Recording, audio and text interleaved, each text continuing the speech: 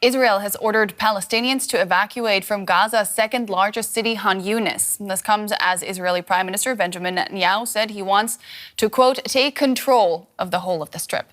Gaza officials say Israel's latest offensive has killed hundreds of Palestinians. Now, a warning to our viewers, this 2-minute report contains images that some may find distressing.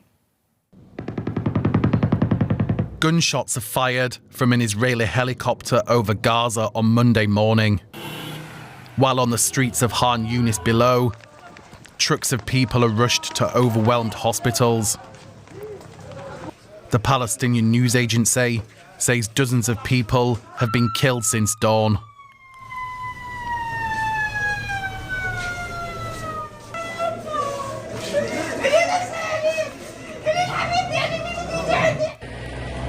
The wheels are now rolling on aid trucks at the Karim Shalom crossing after Israeli Prime Minister Benjamin Netanyahu said Israel will allow what it calls a basic amount of food into Gaza following an almost 2-month blockade. From the beginning of the war, we said that in order to complete the victory, to defeat Hamas and to free all our hostages, there is one essential condition. We must not have a famine, both for practical and diplomatic reasons. We simply won't have support, and we won't be able to complete the mission of victory. Over the weekend, hundreds of hungry Gazans scrambled for food at a charity kitchen. The crowd surging forward, children screaming and crying out for food.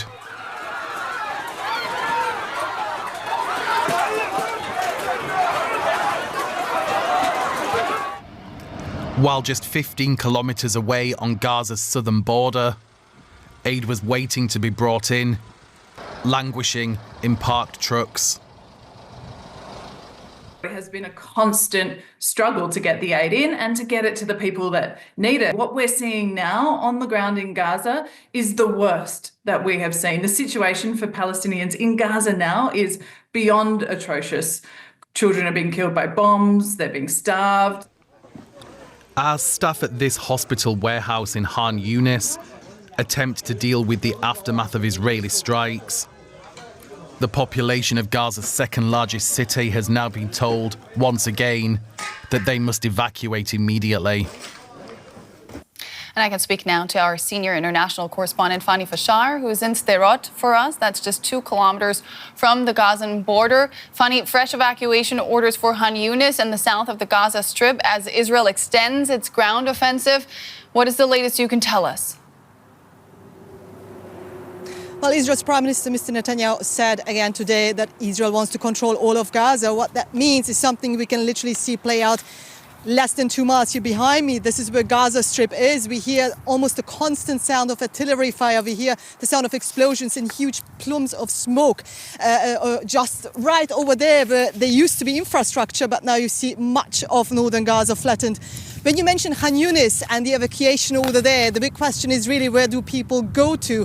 Khan Younis being the second largest city of the Strip, sheltering a lot of people in tents. You need to imagine that these people try to carry whatever they have left, if they have any food, any items left, the way they can to go to a safer place, but there is no such a thing as a safe place. When Israel says evacuate from where you are, in particular right now from the south, and they're saying to the people, go to the coastal areas, there have been attacks as well. So given this situation, given if you look at the pictures, the people are really trying on donkeys or simply on foot, carry whatever they have left and go to somewhere else. Civilians describe this ordeal as trying to flee one death, but possibly meeting another, as Gaza Strip is constantly under fire, not only in the south, but once again also behind me in northern Gaza. We are just right at the border here in Sderot. Yeah, and where you are, yesterday hundreds of Israeli anti-war activists clashed with police as they marched towards the border. What is the situation there today? would be almost a bit ironic to say that things are peaceful here, given what's happening behind me. But given the situation that happened yesterday with people protesting, we're trying to get to the place where we are right now, get close to the border. That was not possible because Israeli police made clear that place here where we are right now is not safe, basically. People shouldn't protest here, but the people, as the mood is shifting in Israel as well, people want to protest and say, Mr. Netanyahu is not doing this in our name, and they want to really show their flag and say this is no longer about releasing hostages, but this is actually worsening the situation both for hostages but also for ordinary citizens, Palestinians in Gaza Strip. But as I'm saying that there is a shifting mood in Israel, certainly one shouldn't underestimate the far-right supporters and the supporters, in fact, the Prime Minister Netanyahu would like to appease as well, because it looks like, it appears at least, that Mr. Netanyahu wants a limited lift of that blockade that's been in place since March 2nd and potentially let some aid in. But as we're hearing now from local media, it may not be more than 30 trucks per day for the entire strip. Now, given that before October 7th, 2023, hundreds of trucks entered Gaza Strip, any of trucks entering now, if the case, because so far there's no confirmation whether this is actually happening today, maybe only a drop in the bucket. Also given, as I said, that there's evacuation orders in the south and people are trying to flee from one place to the other while they're actually trapped on the fire. That's DW Senior International Correspondent Fanny Facsar in Sderot. Thank you. And I can now speak to David Mencer. He's a spokesman for the Office of the Prime Minister of Israel and joins us from Jerusalem. Welcome to DW, Mr. Mencer. Now, over the weekend, we heard it there, thousands of Israelis actually took to the streets to demand a diplomatic solution to the conflict. Is the government listening?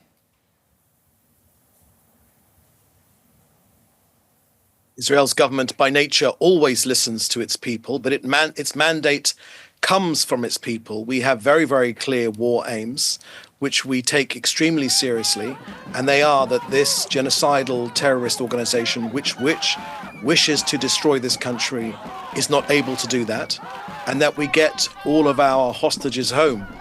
That's the objective of this government. That is the view of the overwhelming majority of Israel's people, even though they hurt right now, because it is Hamas, the genocidal death cult, who your own former Chancellor Schmidt said were just like the Nazis,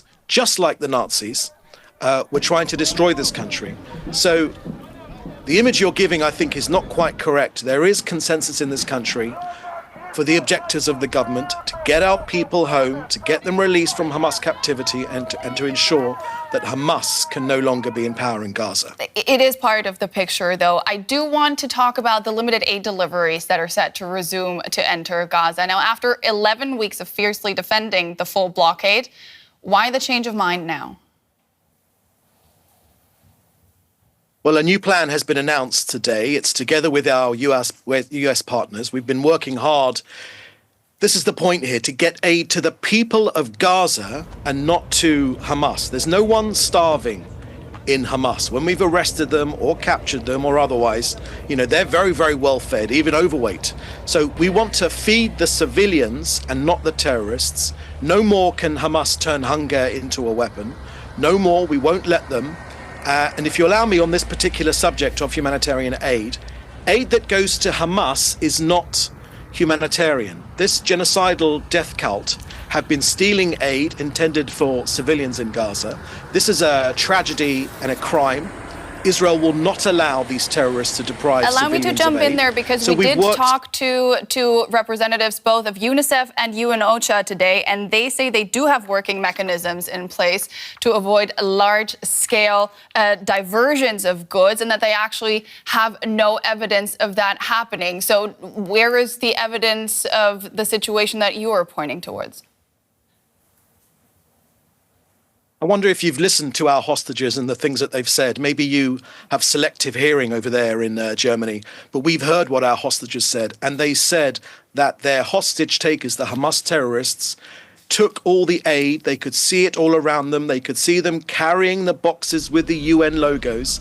It is well known now that Hamas have stolen the aid, and that is specifically how they raise their money. It is their engine for their terrorist machine. So we've worked round the clock with President Trump and his team to ensure that aid reaches civilians and isn't stolen by mass murdering dictators who seek to starve their own people and kill ours. This hunger story has been engineered by Hamas and repeated without question by too much of the media. Hamas have hijacked humanitarian aid that was sent in 2 months ago, and of course, that is also in Hamas's hands. Now, they could release it to their own sounds people. Very much anecdotal. I do want to get back to something that you have repeatedly said before today, the fact that there was no starvation in Gaza. Does that mean you were wrong if you were now letting aid in because it is necessary to avoid a humanitarian catastrophe? Look, our battle is with Hamas, not with Gazans. Gazans are suffering because of Hamas. Gazans suffer because Hamas started this war and could end it with the release of our hostages. Now, Hamas do hijack the aid. The United Nations themselves have admitted that, and they jack up the prices, they steal the food. For the past 11 weeks, though, there was no aid to be hijacked, and I kind of want to focus on Israel's role in this. So yes, and if you allow me to speak without interrupting me, I will tell you that Hamas's business model is misery. That's how Hamas fund this war. That's why Israel is cutting out Hamas out of the equation and still getting the aid in. We've got a very clear two-stage plan. Number one, well, if you allow me to talk rather than interrupting me every 3.5 seconds, I will tell you. Number one, our plan, stage one, is to feed the people, to freeze out Hamas, with mobile kitchens, with private contractors, and with safe zones for civilians. And stage two, that's the immediate stage. In the second stage, we will continue food deliveries using private contractors in the safe zones under strict controls, precisely to ensure that Hamas looting does not take place. For Israel, preventing a humanitarian crisis, even as Hamas causes one, is our priority. Hamas have stolen the aid which Israel has delivered. You know, we don't just preach morality, we actually practice it. So from now on, aid will go directly to the civilians, not to the terrorists who stole Gaza. That sounds like an excellent plan. Israel and if it can be done, how come you haven't done that before? Hamas will ensure that Hamas no longer controls who eats. This is how you beat terror, with principle, with purpose, and with determination and humanity. Was that not there before? Within international law. Hamas hides behind civilians. Israel is moving them out of harm's way and getting them fed. We protect life. They exploit it. That is the difference. You're not really answering my questions, though. If there is a way to circumvent Hamas in the distribution of aid, how come it hasn't been implemented until now? Hamas remain in control in Gaza precisely because they hide amongst civilians.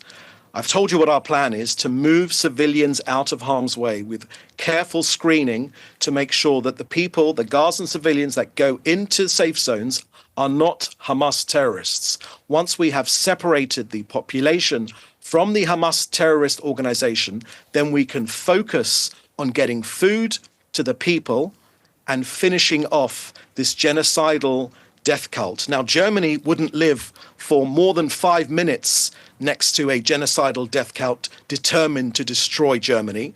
We won't accept that either. Now, I would expect that the sort of double standards which your correspondents are sharing with us right now in a rather frantic way would show us a little understanding that we are a nation which is facing this war on 7 fronts, not a war that we started, but we will defend ourselves. We will get food to the people that Hamas has starved, and we will destroy this terrorist organization, and we will return peace to this Those region. Not just for us, I do have to but for say, ordinary are Gazans very as well. out of place. Our correspondents are Which highly accusations? professional. Which accusations? Which accusations? The accusations of us and our correspondents having double standards. Okay, let me ask your correspondent. Why was she wearing a vest? Why was she wearing a bulletproof vest when she's 2 miles away from Gaza? I can't tell you about the security detail of our correspondents in the fields. They get a thorough security assessment. I do want to get to one last point before we have to leave because we're running out of time. The new German government calls this new large-scale offensive a cause for deep concern, both for Israel's strategic objectives and for the humanitarian situation. What do you say to that? I would say very clearly that we very much value the partnership we have with Germany, including the new government of Germany. But the return of our hostages is our priority. And none of us want war here. All of us want this war to end. And we're ready to stop the fighting. Hamas would rather keep killing. There is a deal on the table. Half the live hostages released for a ceasefire. Hamas have refused.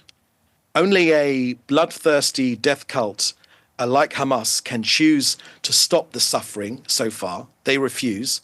But we will never leave Hamas running Gaza, no matter what. Hamas, which abducts, terrorizes and kills, we're getting civilians, Gazans, out of harm's way, and we are taking the fight directly to Hamas. While saying that, our team is in Doha. There is a proposal on the table. Israel has accepted it. Hamas have rejected it. It is the Witkoff plan.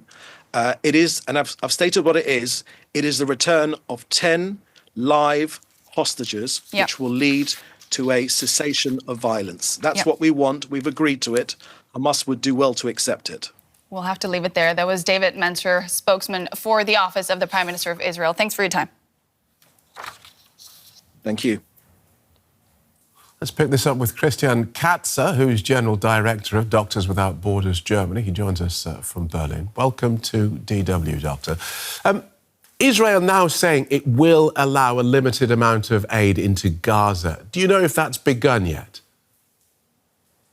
No, we can't fully confirm that. But let's remind ourselves that the population in Gaza is fully dependent on international aid, and the Israeli government has the full international responsibility to allow access to that aid.